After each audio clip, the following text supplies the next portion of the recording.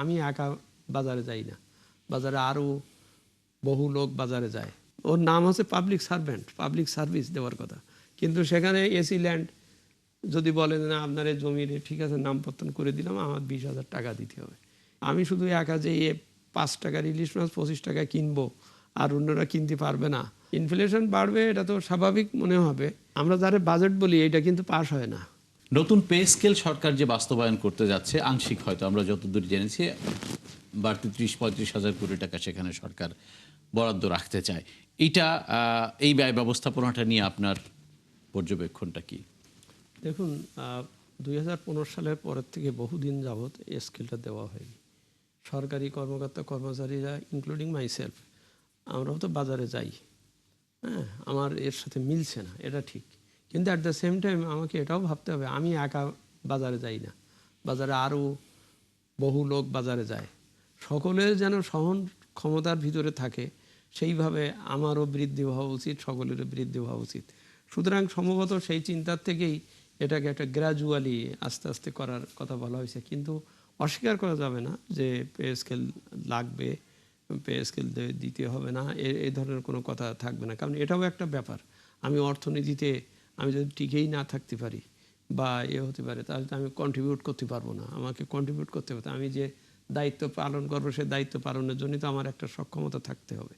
তো সেই জন্যই এখন এখানে আবারও এই ব্যাপারটা ওই রকম, আমি দায়িত্ব পালনের জন্যে পয়সাও আপনার কাছ থেকে ভালোভাবে নিলাম, কিন্তু আমার যে সার্ভিসটা দেওয়ার কথা সেখানে যদি আমি আবার এই কস্ট অফ ডুইং বিজনেস বাড়িয়ে দেই, যদি অন্যদের ব্যবসার ক্ষেত্রে, শিক্ষক অভিভাবকের ক্ষেত্রে, ওই ডাক্তার রুগীর ক্ষেত্রে, হ্যাঁ, পুলিশ আইন শৃঙ্খলা রক্ষার ক্ষেত্রে যদি কস্ট অফ ডুইং বিজনেস বাড়িয়ে দেয়, অন্যের জন্য যদি বাড়িয়ে দেয়, ওর তো দেওয়ার কথা, সেবা দেওয়ার কথা, সেবা ফ্রি দেওয়ার কথা।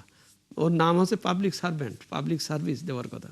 কিন্তু সেখানে এসি ল্যান্ড যদি বলেন না আপনার এই জমির ঠিক আছে নামপত্তন করে দিলাম, আমার 20,000 টাকা দিতে হবে। এই টাকাটা তো এটা অনাবশ্যকভাবে একটা আপনার তো আমি দিচ্ছি। যেমন আমি আজকেই দেখতেছিলাম একটা জায়গায়, যে একটা জায়গায় একটা টিচার আছে, কিন্তু ছাত্র পড়ে মাত্র 3 জন। আমি একটা টিচারকে ফুল বেতন দিচ্ছি দিয়ে। তো এইসব জায়গায় আমাকে স্ট্রিক্ট হতে হবে, হওয়া দরকার। হলেই পর তখন ওই যে আমি বেতনের বাবদ খরচ করব ঠিকই আছে, কিন্তু আমি যেন তার বিনিময়ে সার্ভিস যেটা দেওয়ার কথা সেখানে যেন এক্সট্রা যেন কত খরচের প্রশ্ন না ওঠে। এই জায়গাটাই যদি ঠিক করতে পারি তাহলে এটা হবে। এবং ওই গ্র্যাজুয়ালি দেওয়ার ব্যাপারটা ওই জন্যই, কারণ সকলকে একটা সহনশীল পর্যায়ে না রাখলে আমি শুধু একা যে 5 টাকার ইলিশ মাছ 25 টাকায় কিনবো আর অন্যরা কিনতে পারবে না, একটা কমন প্রশ্ন আসছে যে এই পে স্কেলটা আমার ইনফ্লেশনকে বাড়িয়ে দিতে পারে, এই আশঙ্কাটা আছে। এটা আপাতত দৃষ্টিতে মনে হবে তাই, কিন্তু মনে হবে তাই, কিন্তু কথা হচ্ছে at the same time you can not suppress the demand and the requirement. হ্যাঁ, তাহলে তো ওর প্রোডাক্টিভিটি আসবে না বা সমস্যা হয়ে যাবে। সুতরাং একই সাথে ইনফ্লেশন বাড়বে, এটা তো স্বাভাবিক মনে হবে, কিন্তু তার সাথে সাথে যদি আমি প্রোডাক্টিভিটি বাড়াতে পারি, আমার প্রোডাক্টিভিটি ওনার দ্বারা যদি আমার সার্ভিস ভালো আসে, প্রোডাক্টিভিটি যদি বাড়াতে পারি, তাহলে আমার ওটা সাবসাইড হয়ে যাবে। হ্যাঁ, সুতরাং আমার বিনিয়োগটা এটাকে আমি একটা বিনিয়োগ বলছি। সরকার যে ব্যয় করে, আপাও কিছুক্ষণ আগে ওটা বললেন, উন্নয়ন ব্যয় আমার এত গুরুত্বপূর্ণ কেন? উন্নয়ন ব্যয়ই হচ্ছে একটা বিনিয়োগ। তা সেইটা দিয়ে আমি যদি বিনিয়োগ করতে পারি, মানুষকে কর্মসৃজনে আনতে পারি, মানুষকে যদি একটা কর্মতৎপরতার ভিতরে আনতে পারি, তাহলে আমার ওটা বিনিয়োগটা সার্থক হবে। আপনি সরাসরি বাজেট প্রণয়নের সাথে কাজ করেছেন। একটা বাজেটে সংস্কার, সুশাসন বা অর্থনৈতিক ইন্ডিকেশনের বা দিক নির্দেশনাগুলো কতটুকু রাখা সম্ভব? বাজেটের অ্যাকচুয়ালি আমরা যারা বাজেট বলি এটা কিন্তু পাস হয় না।